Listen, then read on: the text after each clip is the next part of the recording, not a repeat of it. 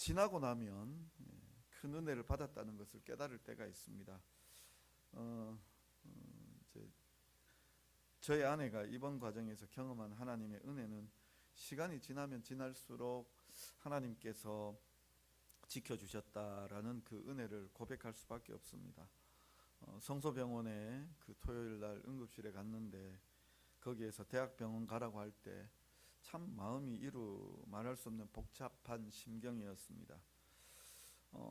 그때 느꼈던 것, 지금 돌이켜 보면 지금이 더 큰 은혜다 이런 생각이 듭니다.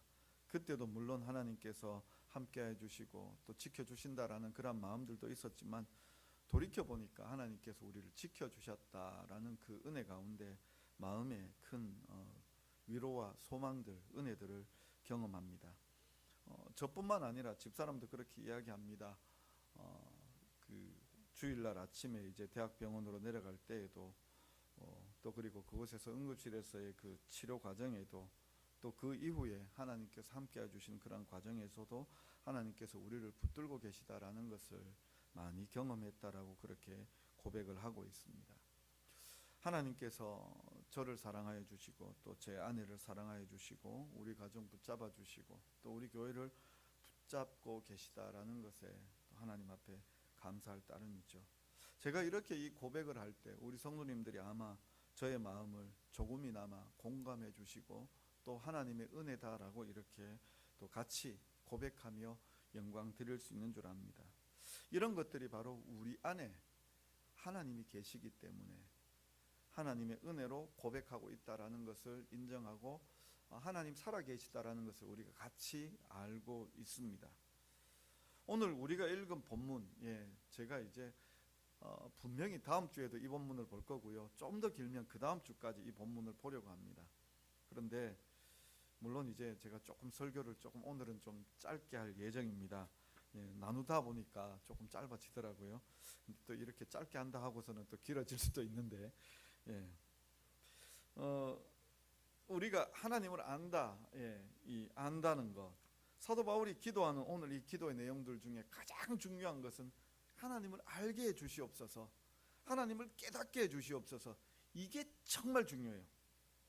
18절에 보면 그렇게 이야기하죠. 능히 모든 성도와 함께 지식에 넘치는 그리스도의 사랑을 알고라고 나와 있습니다. 그리고 19절에 이어서 그 너비와 길이와 높이와 깊이가 어떠함을 깨달아라고 그렇게 이야기하고 있습니다. 사도 바울의 기도의 가장 중요한 포커스는 뭐냐면 하나님을 알고 하나님을 깨닫는 겁니다.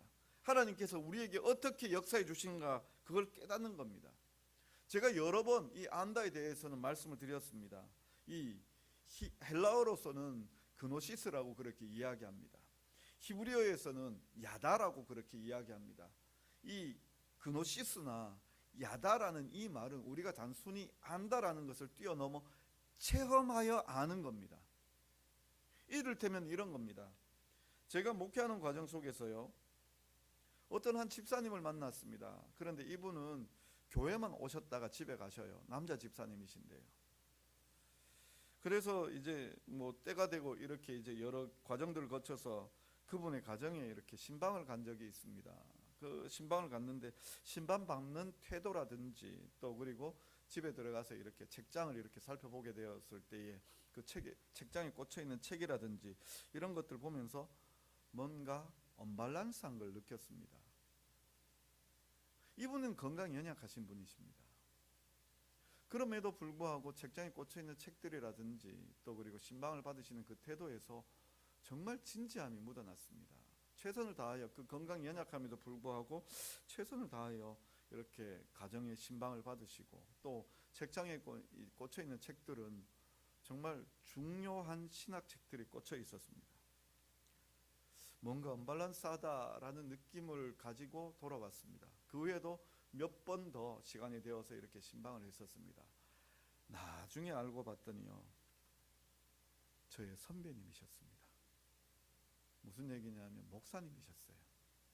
건강이 안 좋아서 목회를 못 하시고 내려놓으셨는데 자신이 건강이 안 좋아서 목회를 못 하시니까 이렇게 이제 큰 교회 등록하셔서 생활하시면서 목사라고 드러내지 아니하셨던 거예요. 사람들이 다 집사님이라 불러주시니까 그냥 집사님이라 그렇게 자신 스스로도 드러내지 않으셨던 거예요.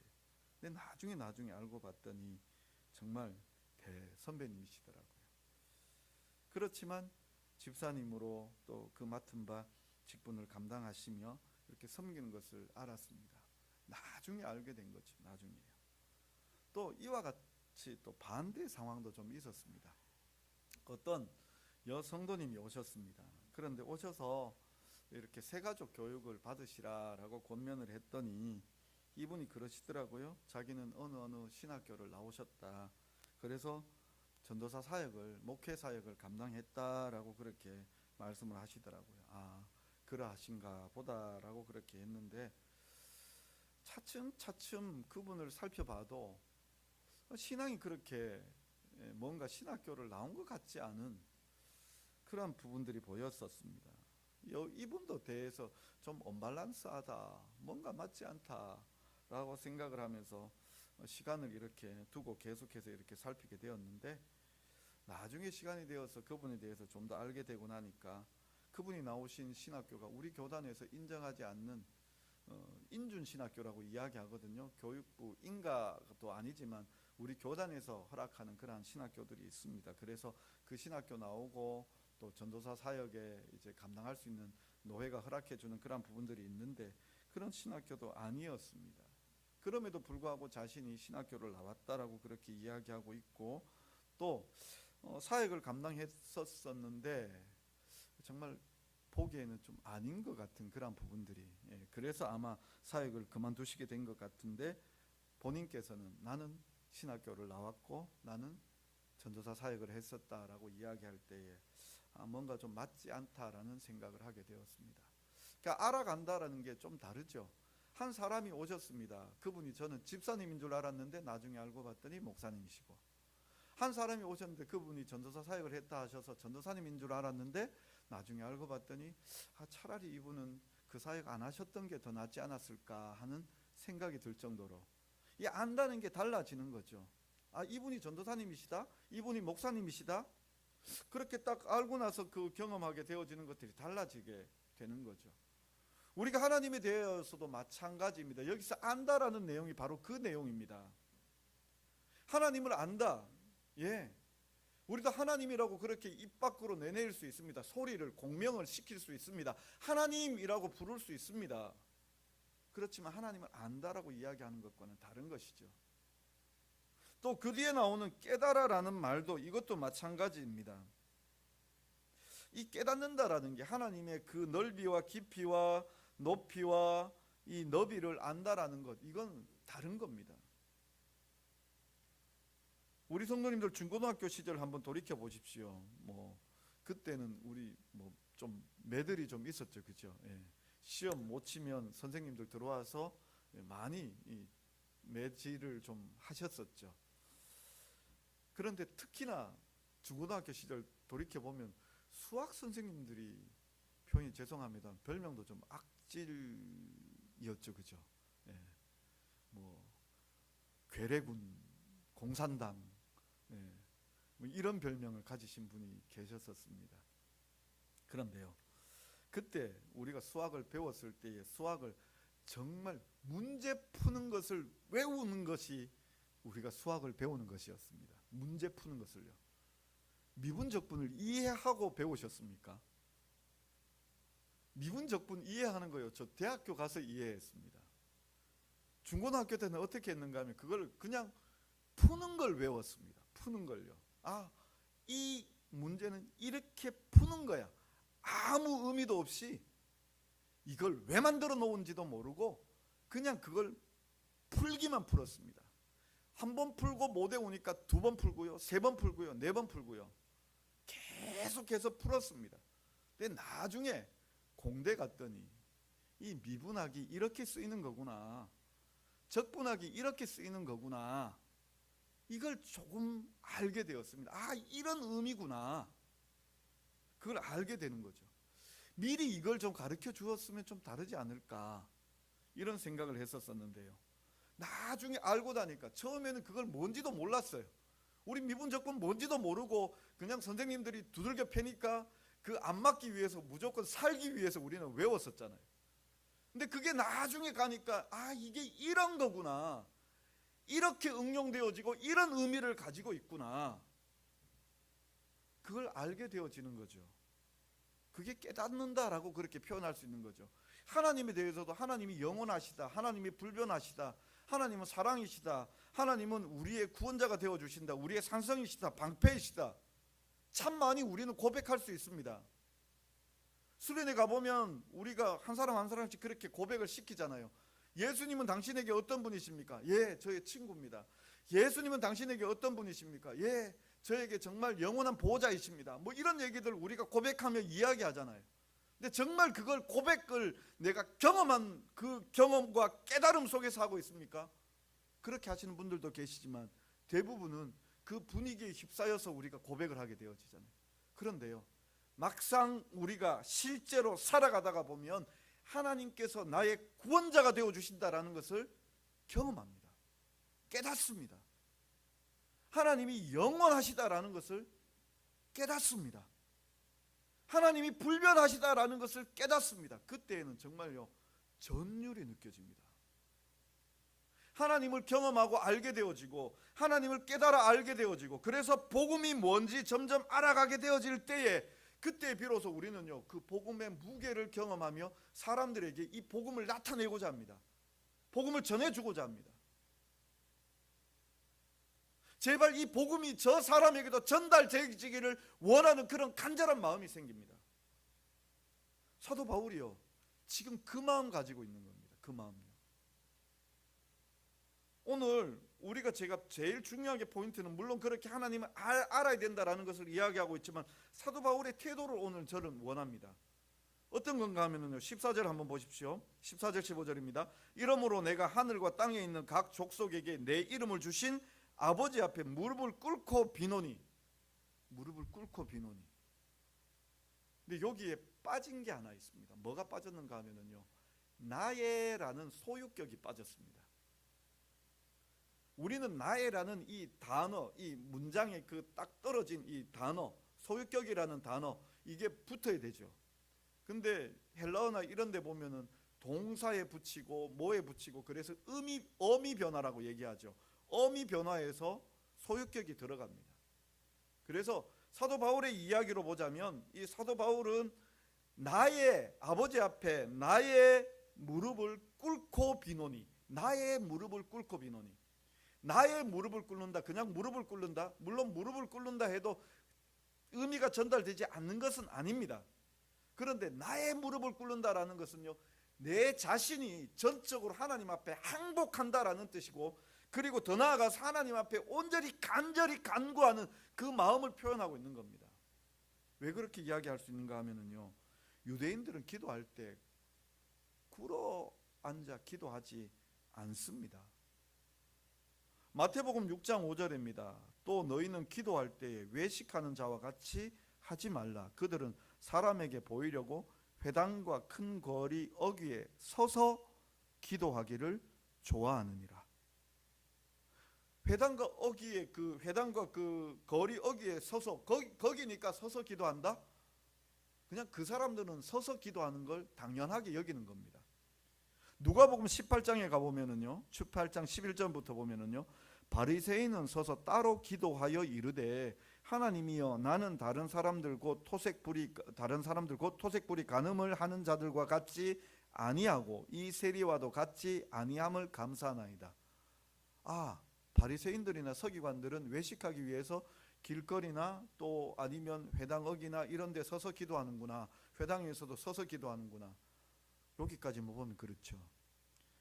누가복음 18장 11절, 그 중에서도 11절부터 13절까지에서도 13절을 보면은요, 세리는 어떻게 기도했을까요? 꿇어 엎드려서 기도했을까요? 세리는 멀리 서서.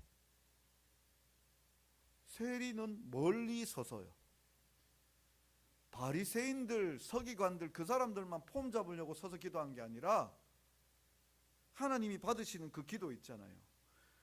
바리새인의 기도를 받으시느냐 세리의 기도를 받으시느냐라고 얘기할 때 세리의 기도를 받으시는데, 세리는 멀리 서서 감히 눈을 들어 하늘을 쳐다보지도 못하고 다만 가슴을 치며 이르되. 이 세리도 서서 기도해요. 그러니까 이 사람들은요, 바리새인들도 서서 기도하지만, 서기관들도 그렇게 서서 기도하지만, 세리도 정말 하나님 앞에 겸손한 마음으로 나아가서 자복하는 이 세리도 서서 기도하고 있어요. 그런데 오늘 이와는 다르게 나의 무릎을 꿇고 비노니, 사도 바울은 무릎을 꿇어서 기도하고 있습니다. 이건 굉장히 독특한 모양을 이야기하고 있는 겁니다. 그런데 이 모습을 가진 분이 계세요. 이 모습을 가진 분이 계세요. 누가 이런 기도했을까요? 바로 예수님이십니다. 마태복음 26장 39절에 보면 조금 나아가서 얼굴을 땅에 대시고 엎드려 기도하여 이르시되, 내 아버지여, 만일 할만하시거든 이 잔을 내게서 지나가게 하옵소서. 그러나 나의 원대로 마시옵고 아버지의 원대로 하옵소서 하시고. 지금 여기서 기도할 때는요, 이 기도는요, 예수님께서 이제 곧 로마 군인들에게 잡혀가실 그 직전에 겟세마네 동산에서, 거기에서 예수님께서 기도하시는 겁니다. 근데 우리는 잘 알잖아요. 이때의 기도가 예수님께서 그 땀이 핏방울이 될 정도로 그렇게 하나님의 뜻을 구하며 간절히 기도했던 그 기도의 모습이라는 것을 알고 있잖아요. 근데 예수님께서 이 엎드리셨다 그러니까 뭐 꿇어 엎드린 게 아니라 그냥 엎어져서 이렇게 기도하셨을 것이라, 여기 꿇어 앉으신 모습이죠. 엎드렸다라는 이 모습은 예수님께서 꿇어 앉으신 겁니다. 하나님 앞에 간절히 기도하고, 정말 육신의 모양으로 보자면 십자가 달리시기 그 직전에 그 중요한 그 순간에 하나님 앞에 간절한 기도 올려드리며 꿇어 엎드린 겁니다. 사도 바울이 예수님처럼 꿇어 엎드린 겁니다. 가장 중요한 기도를 하고 있는 겁니다. 그것도 가장 간절히 기도하고 있는 겁니다. 그 내용이 뭐냐면, 에베소 성도들이요, 하나님을 아십시오, 하나님을 깨달아 아십시오, 이 얘기를 이야기하고 있는 겁니다. 저도 솔직히 고백을 좀 드리겠습니다. 제가 몇 달 전부터 정말 기도에 대해서 제가 새롭게 은혜를 받고 있거든요. 근데 그렇게 새롭게 은혜를 받으면서 어느 날 이렇게 이제 기도하고 있었습니다. 몇 달 전에 그 어느 날 새벽 기도하고 있는데 문득 아이들이 걱정이 되는 거예요. 우리 아이들이요. 제가 솔직하게 고백해서 제 아이들이 걱정이 되는 거예요. 무슨 걱정이 되는가 하면은, 얘네들이 내가 없어도, 제 아내가 없어도, 그러니까 저희 부부가 없어도 이 아이들이 따로 떨어져서 신앙생활 잘할 수 있을까? 그게 문득 두렵게 다가오는 거예요. 너무너무 두렵게 다가오는 거예요. 그래서 그 순간에 그 기도하면서, 하나님, 정말 이 아이들에게 정말 필요한 기도가 무엇입니까? 라고 이렇게 기도하다가 오늘 이 말씀이 생각이 난 거예요. 하나님, 아이들이 하나님을 알게 해주십시오. 하나님을 깨닫게 해주십시오. 하나님을 만나게 해주십시오. 정말 간절하게 딱 그 기도를 끝냈습니다. 그런데요, 그 다음에는 제 마음에 찔리는 거예요. 우리 아이들만 기도하고 나니까요, 우리 교회 청년들이 생각이 나고 우리 교회 청소년들이 생각이 나는 거예요.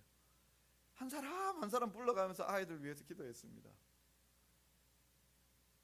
외지에 나가 있는, 공부하며 나가 있는 아이들, 군에 가 있는 아이들, 또 우리 청소년들, 또 직장 구하는 우리 청년들, 한 사람 기도했습니다. 요즘 세대가 그렇잖아요. 정말 20대 10대 아이들 하나님 믿기가 너무너무 힘들거든요. 세상에 가지고 있는 이 문화들 자체는요, 하나님 없는 겁니다. 어디에서든 하나님을 믿는다라고 이야기할 수 없는 분위기입니다. 정말 그런 분위기 속에서 하나님 이야기도 못하고 어디 가서도 공감받지 못하는 이야기를 하는 겁니다. 나는 하나님을 믿어요. 하나님께서 살아계시고 내게 역사해 주세요. 내가 느껴도 다른 사람들에게 가서 얘기하는데 공허한 메아리밖에 안 되는 겁니다. 아무도 그 얘기 안 들어주는 겁니다. 제가 여기서 지금 오늘 서두에서 저희 가정에 또 저와 제 아내에게 하나님의 은혜를 허락해 주셨습니다라고 얘기할 때 우리 성도님들이 들어주셨잖아요. 그건 제가 몇 주 전에 그렇게 말씀드린 대로 우리 안에 있는 성령의 역사로 말미암아 성도님들이 같이 공감해 주시는 거잖아요. 근데 요즘은요 10대 20대 아이들이 나가서 내가 예수님을 믿어라고 얘기할 때 누구도 공감 안 해줘요. 이 아이들이 어디 가서 숨통을 틔울 수 있겠습니까? 어떻게 신앙생활 잘할 수 있겠습니까? 흔들릴 수밖에 없거든요. 그런데 그 흔들리지 않기 위해서 뭐가 필요한가 하면 하나님을 만나야 돼요. 하나님을 알아야 돼요. 하나님을 경험해야 돼요. 그래서 이 20대 아이들, 10대 아이들, 우리 심지어는 어린아이들까지 기도했거든요. 좀 거기까지도 그렇게 기도하고 나니까요, 그 다음에 또 생각나는 분들이 있어요. 저도 그렇지만요, 갑자기 저도 생각이 드는 거예요. 하나님, 은혜 받을 때는 저도 정말 뜨겁게 기도하고 제 마음이 뜨거워져서 막 이렇게 기도하는데, 하나님, 저 어제 만났던 하나님, 그저께 만났던 하나님으로 오늘 살지 말게 해주십시오. 오늘도 하나님 만나게 해주십시오. 오늘도 하나님 알게 해주십시오. 오늘도 하나님을 경험하는 하루가 되게 하여 주시옵소서. 하나님을 알아가고 깨달아가는 하루가 되게 해주시옵소서. 그렇게 제가 기도하고 있더라고요. 근데 제 기도 끝나니까요, 그 다음에 우리 장모님 생각나고, 우리 권사님 생각나고, 우리 집사님 생각나고, 우리 성도님들 한 사람 한 사람 또 기도하고, 다 기도하고 나니까요 7시가 다 되어가더라고요. 시간이 정말 중요한 거요. 지금도 그렇게 기도합니다. 우리 성도님들 위해서 하나님 알게 해주십시오. 하나님 만나게 해주십시오. 만나고 경험함을 통하여 하나님의 그 은혜를 누리게 해주십시오. 그게 우리에게 정말 필요한 내용인 것 같아요. 다른 어떤 것보다도 하나님을 알고 하나님을 경험하고 하나님을 깨닫고 그 은혜를 누리고 살아갈 때 우리는요 흔들리지 않습니다. 세상 어떤 게 와서 우리를 흔들어 놓는다 할지라도 흔들리지가 않습니다. 왜냐하면 하나님을 만났고 하나님을 알고 하나님을 경험하고 있기 때문입니다. 우리 모두가요, 그건 자녀들에게 필요한 게 아니라 우리 모두가 필요한 겁니다. 저도 필요합니다. 날마다 새롭게 주시는 하나님의 은혜가 필요하고, 그 새롭게 주시는 은혜를 다르게 표현하자면 날마다 새롭게 하나님을 경험하고 새롭게 하나님을 알아가고 새롭게 하나님의 그 은혜를 깨달아가는 거예요. 저뿐만 아니라 우리 성도님들이 다 같이 필요한 것이라 생각이 되어집니다. 우리 성도님들이요, 그렇게 하나님을 알아갈 수 있도록 우리는 기도가 필요합니다. 사도 바울이 기도하고 제가 기도하고 그것으로 끝쳐버리는 게 아니라 우리 성도님들이 우리 성도님들 스스로를 위해서 기도해 주십시오. 하나님, 저에게 오늘 은혜 베풀어 주시옵소서. 제가 그 은혜 알게 해 주시옵소서. 제가 그 은혜를 알고 경험하며 하나님을 높이게 해 주시옵소서. 그렇게 우리들 스스로를 위해서 기도해 하시기를 바랍니다. 그리고 그 다음 나의 남편, 나의 아내를 위해서 기도해 주시길 부탁을 드립니다. 그리고 그 다음 우리의 자녀들을 위해서 꼭 기도해 주십시오. 세대가 너무너무 악합니다. 악하다는 말은요, 그 뭐 도덕적 악이 아니라 하나님을 무시하잖아요. 하나님을 외면하잖아요. 하나님을 부인하잖아요. 그래서 세대가 악한 겁니다. 이 악한 세대 가운데 버티고 살 수 있는 그 은혜는 하나님이 우리 자녀들을 붙잡으신다. 자녀들이 내가 하나님 앞에 붙잡힌 바 되었구나. 이걸 깨달아야 됩니다. 알아야 됩니다. 그걸 위해서 우리가 기도해야 됩니다. 그렇게 기도하시는 우리 성도님들 되실 수 있기를 간절히 부탁드립니다. 그리고 그 다음 저를 위해서 기도해 주십시오. 저를요. 저도 사람인지라요, 이렇게 기도하는 그 시간들이 때때로 힘겨울 때가 있습니다. 어떤 때는 정말 그 한 시간이 후딱 지나가 버리는, 지치지 않고 지나가 버리는 그런 때도 있지만 어떤 때는요 힘겨울 때가 있습니다. 말씀을 읽을 때 어떤 때는 정말 푹 빠져서 그냥 시간 가는 줄 모르고 말씀을 읽을 때가 있지만 어떤 때는 말씀 읽을 때가 힘겨울 때도 있습니다. 어려울 때도 있습니다. 지칠 때도 있거든요. 근데 저를 위해서 기도해 주십시오. 저는 예수님도 아니고 하나님도 아닙니다. 저는 똑같은 성도님들과 똑같은 사람입니다. 하나님께서 저에게 목사라는 직분, 직책을 맡겨주셨습니다. 그래서 그 직책 때문에 제 자신을 쳐서 복종시키며 하나님 앞에 나아가고 있지만 그래도 저는 부족합니다. 그렇기 때문에 우리 성도님들이 저를 위해서 꼭 기도해 주십시오. 저를 위해서요. 그리고 마지막 한 가지 더 기도해야 될 게 있습니다. 뭔가 하면은요, 우리 주위를 돌아보시면 하나님을 모르는 사람들이 있습니다. 내 주위에 하나님을 모르는 사람들이 있습니다. 내가 하나님 살아계심을 알고 하나님을 경험하고 하나님을 누리고 이 기뻐하는 삶을 살고 있는데 내 주위에 하나님을 모르는 사람들이 있습니다. 가까운 가족일 수도 있고요, 가까운 이웃일 수도 있고요, 가까운 친구일 수도 있습니다. 근데 그 사람을 두고 기도하십시오. 하나님, 나의 사랑하는, 나의 가까운 저 사람이 하나님을 알지 못합니다. 깨닫지 못하고 있습니다. 하나님을 만나지 못하였습니다. 하나님 은혜 베풀어 주시옵소서. 그렇게 기도하실 수 있기를 꼭 부탁을 드립니다. 그래서 정말 하나님 살아계심을 나타내고 경험하고 드러내시고, 그래서 하나님을 높일 수 있는 우리 성도님들 되실 수 있기를 간절히 부탁드립니다. 사도 바울이요, 에베소 교인들을 향하여서 간절히 기도한 것은 하나님 알기를 구하였습니다. 하나님 깨닫기를 구하였습니다. 하나님 경험하기를, 하나님 만나기를 구하였습니다. 오늘 우리는 사도 바울의 그 마음을 본받아서 우리들 스스로가 우리 위해서 기도하고 우리 서로 위해서 기도하고, 그래서 하나님을 경험하며 하나님의 은혜를 체험하며 그 복음이 살아있음을 누리고 살아가는 우리 성도님들 다 되실 수 있기를 간절히 바랍니다. 나 자신, 우리 가족, 우리 성도님들, 우리 교회, 우리 이웃들을 위해서 기도하며 나아가시는 우리 성도님들 다 되실 수 있기를 간절히 바랍니다. 기도하겠습니다. 사랑하는 주님, 오늘 사도 바울이 간절하게 에베소 성도들을 위하여 기도하였습니다. 특별히 하나님 만나기를, 인격적인 만남을 간절히 구하였습니다. 아버지 하나님, 우리도 오늘 하나님 만나기를 간절히 소망합니다. 이미 하나님을 만나고 그 은혜를 누리고 있지만 더욱더 새로운 은혜를 경험하고자 합니다. 우리 위에 역사하여 주시옵소서. 뿐만 아니라 우리의 가족들에게 역사하여 주시옵소서. 우리의 자녀들에게 역사하여 주시옵소서. 아직 믿지 아니하는 우리의 가족들, 아직 믿지 아니하는 우리의 가까운 이웃들, 아버지 하나님, 참으로 그들이 하나님을 알 수 있도록 은혜 베풀어 주시옵소서. 우리는 기도의 사명을 다시 한 번 더 하나님 앞에 깨닫게 되었습니다. 은혜 사모하며 나아가오니 우리에게 기도할 수 있는 은혜 주시고 하나님을 만나는 은혜 더하여 주시고 그 새로운 은혜의 경험을 통하여 하나님을 새롭게 경험하고 나아가는 우리들 될 수 있게 은혜 베풀어 주옵소서. 예수님의 이름으로 기도드리옵나이다. 아멘. 우리 다 자리에서 일어나셔서 우리 찬송가 360